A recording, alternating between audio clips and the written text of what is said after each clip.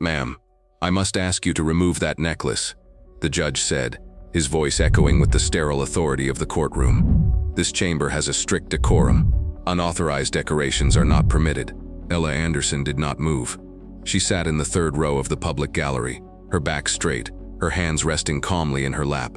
Her gaze was fixed on the young sailor standing before the bench, a kid named Peterson who had gotten a speeding ticket he couldn't afford. Ella was here for him. The judge's words seemed to hang in the air, directed at her, yet feeling like they were from a different world entirely. The object in question rested against her simple red blouse. It was not a necklace. A pale blue ribbon dotted with 13 white stars held a 5-pointed star of gold, an anchor at its center surrounded by a laurel wreath. It was the Medal of Honor. Judge Harrington, a man whose portrait hung in the lobby and whose ego filled the room, peered down from his elevated throne of polished oak. He adjusted his glasses, his expression one of pure annoyance, as if swatting away a fly that had dared to buzz too close to his head. "Ma'am, did you hear me?" he pressed, his gavel tapping lightly, a sound like a woodpecker on a dead tree. "The bailiff will assist you if necessary." The bailiff, a burly man with a kind, tired face, shifted his weight.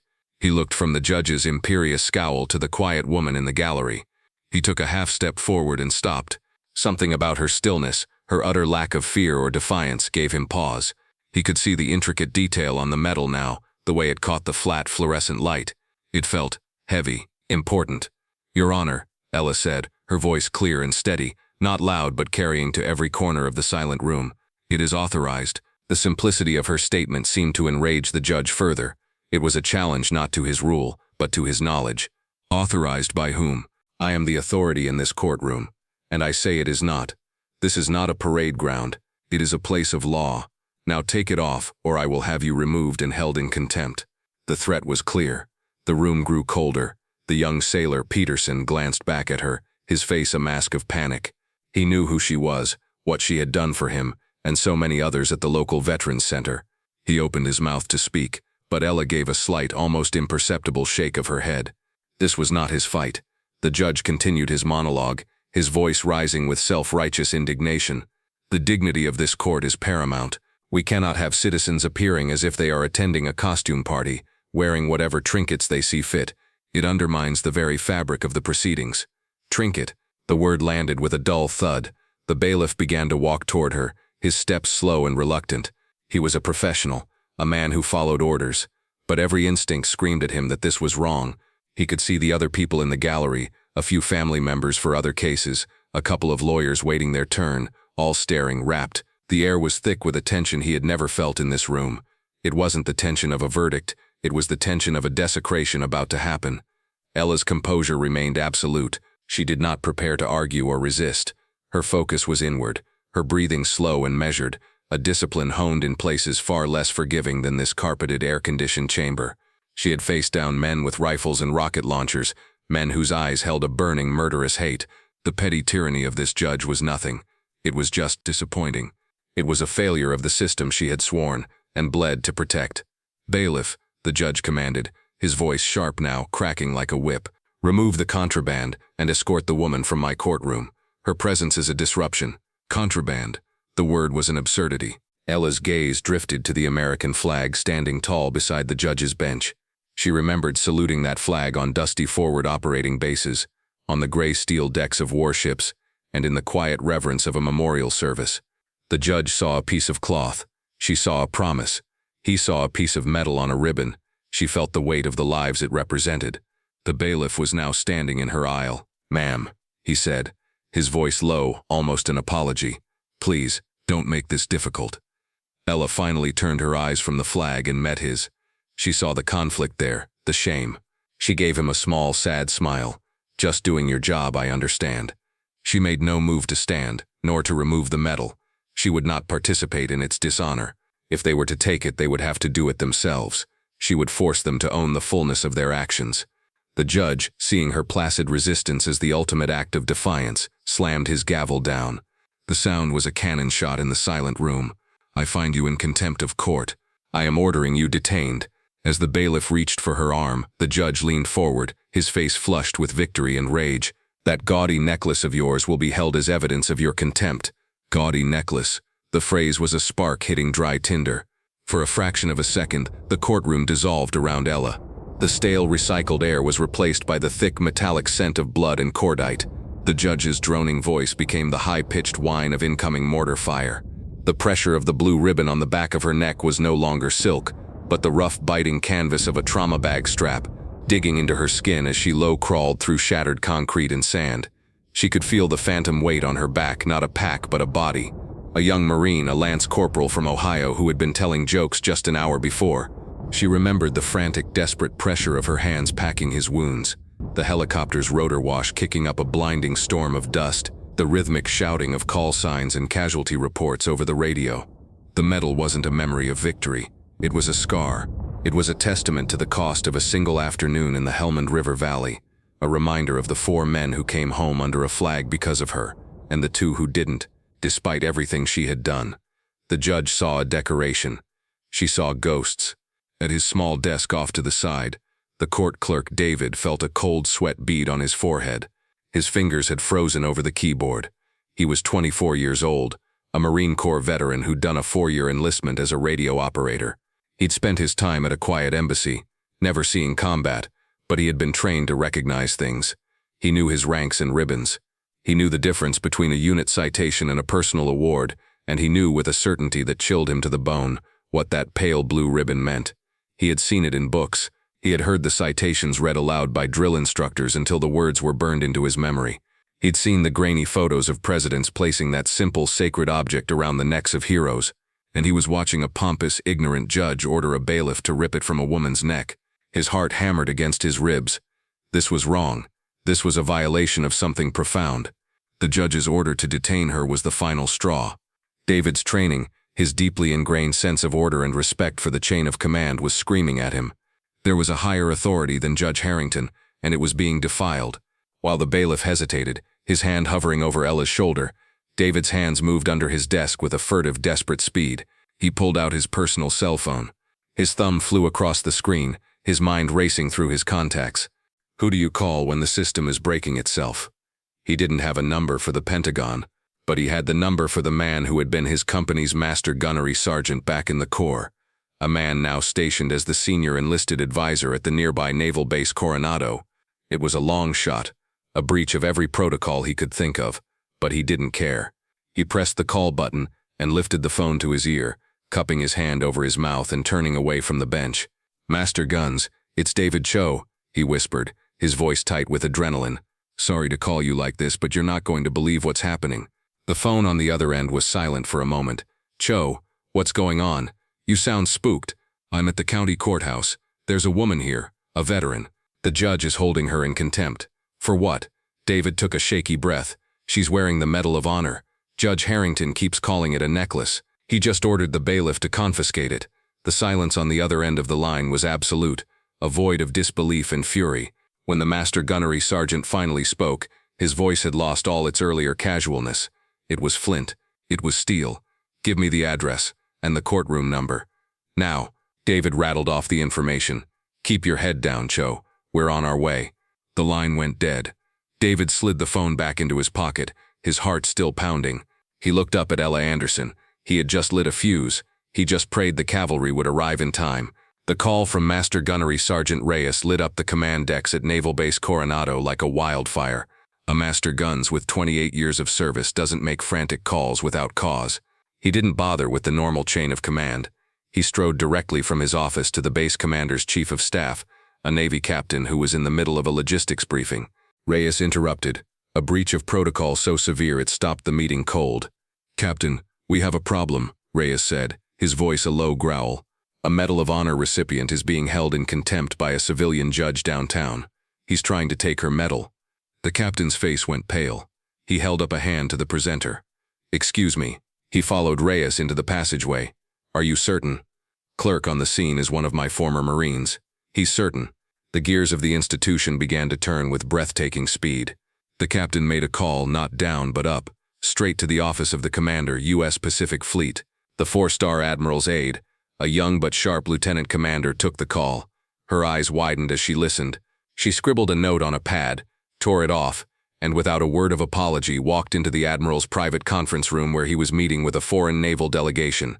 She placed the note face down on the polished mahogany in front of Admiral Thompson. He gave her a look of sharp annoyance before glancing down. He read the note.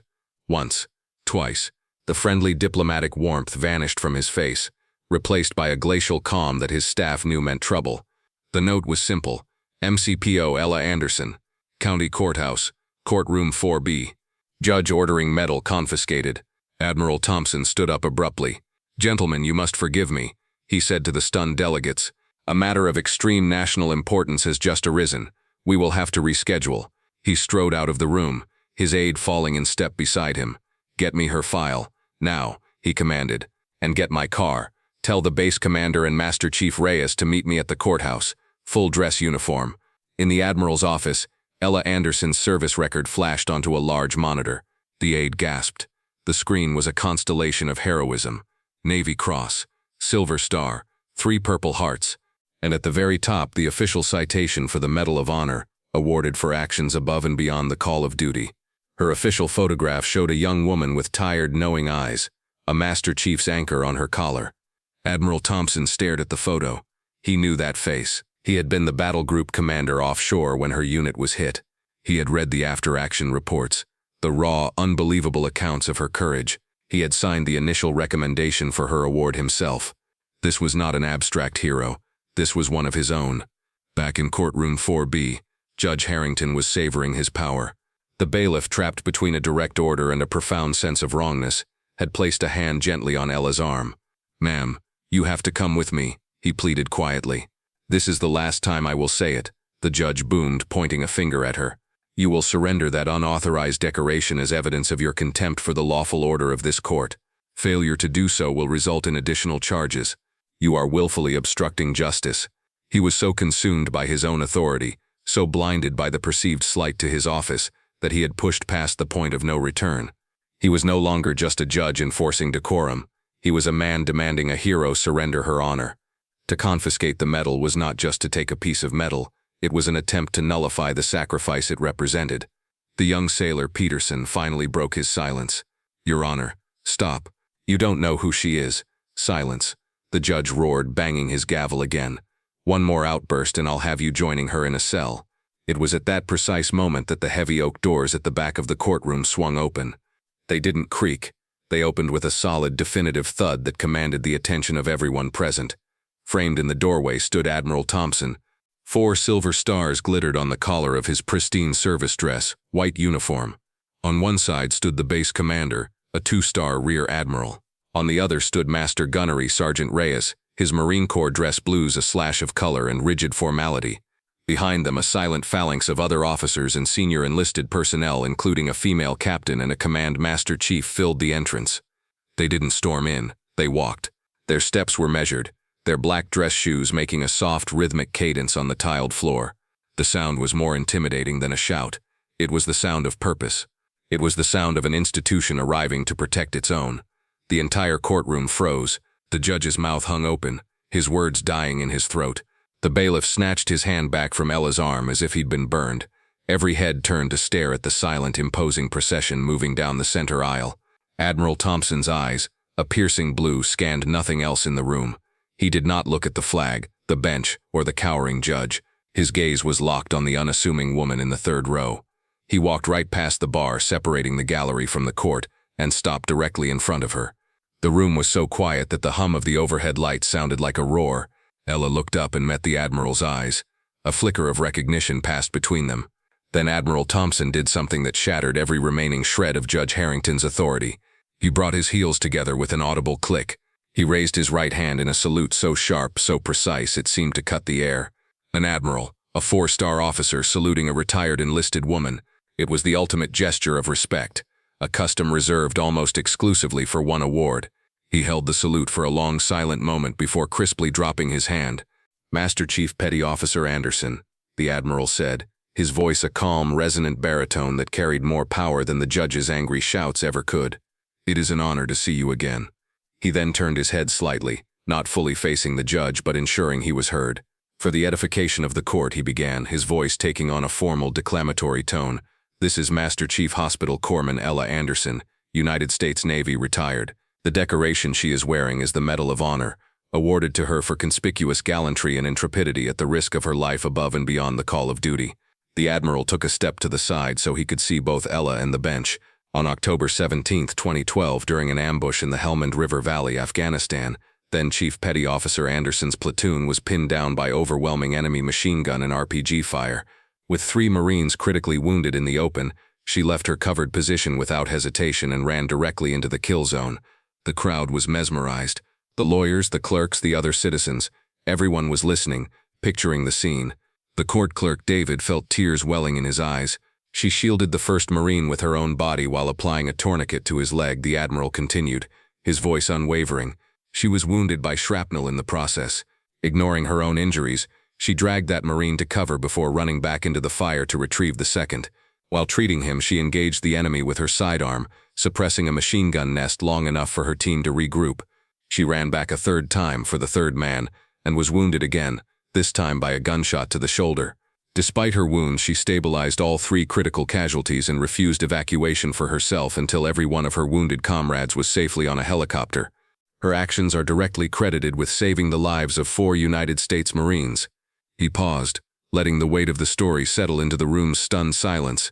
The judge's face had gone from flushed red to a pasty, sickly white. The gavel lay forgotten on his desk. "That trinket," the Admiral said, his voice dropping to a dangerously quiet level as he finally turned to face the judge directly, "is the highest honor our nation can bestow upon a service member. Its wear is not only authorized, it is encouraged by federal law. A law which, I might add, makes any unauthorized attempt to wear or purchase this medal a federal crime. Your order to confiscate it was not only an insult of the highest order, it was an order to commit an unlawful act." The rebuke was complete. The public humiliation of Judge Harrington was a palpable thing. He shrank behind his bench, a small man in a big chair. It was Ella who spoke next. She slowly rose to her feet, wincing slightly from an old ache in her shoulder. She looked not at the Admiral but at the judge. There was no triumph in her eyes, only a deep, weary sadness. "Your Honor," she said, her voice soft but firm, "I respect the rules of this courtroom. I respect the law. Standards are important. I spent 30 years of my life enforcing them, but standards must be applied with wisdom and understanding. They should not be used as a weapon of ignorance." She paused, letting her words sink in. "Don't soften standards. Just be better at recognizing them when they're right in front of you." Her simple, graceful lesson was more devastating than the Admiral's fury. It wasn't a lecture, it was a piece of wisdom from someone who had earned the right to give it. As she finished speaking, another image flashed in her mind, brief and vivid. Not the dust and chaos of battle, but the hushed, reverent quiet of the Oval Office. She saw the President of the United States, his face etched with solemn respect, as he fastened the blue ribbon around her neck. She remembered the weight of it then, how it felt both impossibly heavy and as light as a feather. She remembered the words of the official citation being read, echoing in the silent, historic room. That moment, the pinnacle of national gratitude, felt a universe away from this shabby, misbegotten conflict in a local courtroom. The contrast was a final, silent testament to the chasm between her world and the judge's. The fallout was immediate and absolute.